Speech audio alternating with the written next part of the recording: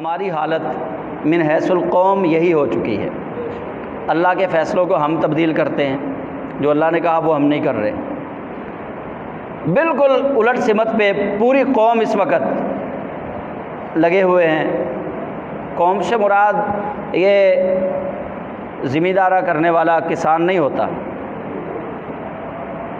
یہ دکانوں پہ بیٹھے ہوئے تاجر قوم نہیں ہوتے۔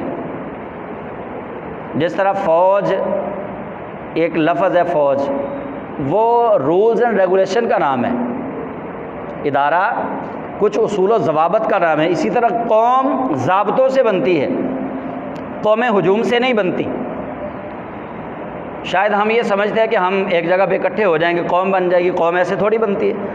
قوم ایک اصول کا نام ہے، ایک اصول پہ جو لوگ اکٹھے ہوں ان کو ایک قوم کہتے ہیں۔ ہم تو کسی ایک اصول پہ اکٹھے نہیں ہیں۔ اب مجبوراً یہ باتیں کرنا پڑتی ہیں کہ ہم ایک ایسی دلدل میں پھنس چکے ہیں کہ اب اس سے نکلنا مجھے تو ناممکن نظر آ رہا ہے، شاید آپ لوگوں کے لیے مشکل ہو، کہ ہم کبھی نہیں نکل سکیں گے۔ اسلام کا نفاذ جو ہے، اسلامی جو اصول ہیں، اسلامی قوانین ہیں، وہ اللہ تعالیٰ کوئی ایسی طاقت بھیج دے جو ان کو نافذ کرے تو اللہ کے لیے تو ہر چیز ممکن ہے، آپ سمجھتے ہیں۔ لیکن جو اب موجودہ سینیریو نظر آ رہا ہے اس کے اندر کوئی چیز ایسی ممکن نہیں نظر آ رہی۔ میں پی ٹی آئی کا مخالف ہوں، مجھے پی ٹی آئی کے ہر بندے میں عیب ہی عیب نظر آنے ہیں۔ اچھائی ہوئی بھی تو میں نے نہیں دیکھنی، مجھے نہیں نظر آئے گی، چونکہ میں نفرت کے اندر اتنا آگے جا چکا ہوں۔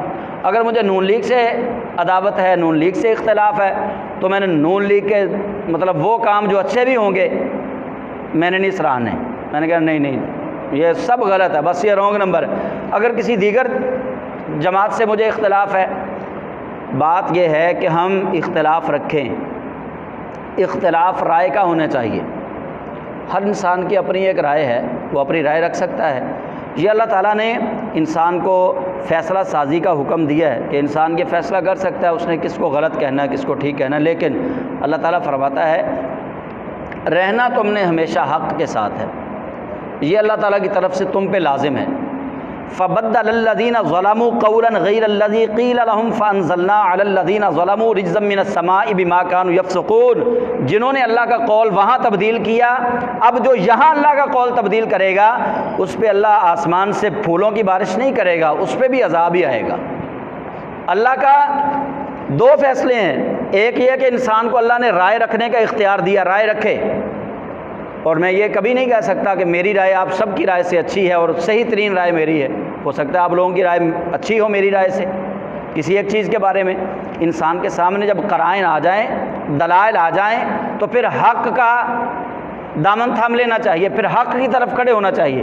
یہ اللہ کی طرف سے ہے، یہ فیصلہ ہے کہ ہمیشہ حق کا ساتھ دینا ہے۔ تو رب فرماتا اگر تم ایسا نہیں کرو گے، تم اگر میرے فیصلے کو تبدیل کرو گے، تو پھر اللہ تعالیٰ جس طرح بنی اسرائیل جنہوں نے اللہ کے فیصلے کو تبدیل کیا، اللہ کی بات کو تبدیل کیا، اللہ تعالیٰ نے آسمانوں سے ان پر پھر عذاب نازل کیا۔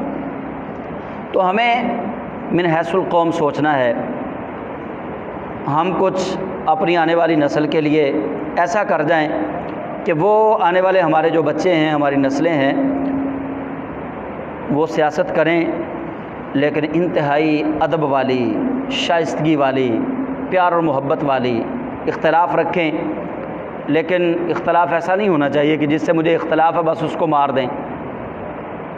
ہاں جی، ایسا نہیں اختلاف ہونا چاہیے۔ یہ تو دشمنی ہوتی ہے کہ جس سے اختلاف ہو گیا اب اس کو زندہ رہنے کا کوئی حق نہیں، اب اس کو بات کرنے کا کوئی حق نہیں، ایسا نہیں ہونا چاہیے۔ تو اسلام نے ہمیں رائے رکھنے کا، رائے کا اظہار کا حق دیا ہے، لیکن حق کے ساتھ کھڑے ہونے کا بھی ہمیں حکم دیا ہے۔ اب جب ہر چیز کو آپ دیکھیں گے، آپ اپنی نظروں سے دیکھتے ہیں، میں اپنی نظروں سے دیکھتا ہوں۔ اچھا، بعض دفعہ میرے دل میں آتا ہے کہ میں جو ہمارے ملک میں ہو رہا ہے عدالتوں کے اندر، اداروں کے اندر، اس پہ بات نہ کروں۔ بڑی دفعہ میں سوچتا ہوں کہ چونکہ میں ایک واعظ ہوں، میں ممبر رسول پہ بیٹھتا ہوں، تو مجھے یہ باتیں نہیں کرنی چاہیے، لیکن پھر میں یہ سمجھتا ہوں کہ جو لوگ میرے ساتھ وابستہ ہیں، جو آتے ہیں، کم از کم وہ خیر کا ایک پیغام تو ان تک پہنچنا چاہیے۔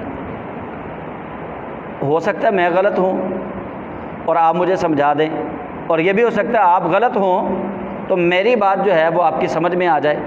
دونوں طرف یہ تو موجود ہے، پاسبلٹی تو ہے دونوں طرف کہ اگر میری رائے غلط ہو آپ مجھے سمجھائیں، اگر آپ کی رائے غلط ہے میں آپ کو سمجھاؤں، لیکن ہم نے کھڑا کیسے ہونا ہے؟ اعتدال پسندی پہ کھڑے ہونا ہے۔ اعتدال پسندی کیا ہے؟ نبی پاک علیہ السلام نے جو ہمیں دین دیا ہے یہ دین اوسط اس کو کہتے ہیں، یہ دین ہے ہی اعتدال پسندی کا، میانہ روی کا دین ہے۔